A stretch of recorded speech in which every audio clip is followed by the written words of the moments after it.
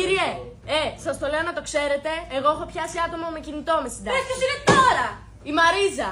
Εγώ έχω τώρα! Αγκαλάτικα! Εγώ έπιασα μέσα στο δάσος άνθρωπο με κινητό. Σας το λέω να το ξέρετε. Πες ποιος είναι, Νικολά! Εγώ φεύγω τώρα! Τώρα! Τι είναι, ρε, Νικό, πες μας. Κύριε, εγώ έχω να πω ότι μέσα στην τάξη έπιασε άτομο με κινητό. Νίκο, πες τώρα ποιος είναι, πες τώρα! Η Φιδερίκη! Εγώ είμαι τώρα! Κύριε, κάτι θέλει να σας πει ο Βαγγέλης. Κύριε, εγώ δεν φεύγω με κινητό. Βαγγέλη, πες μου ποιος είναι. Ο Δοκανίκης! Σπάσει του παρελθόντος. Κύριε, έχει να στείλετε τάσκο. Εγώ να ξέρετε ποιος θα το με κινητό. Πες ποιος είναι, τάσκο, είναι ο Βασίλης.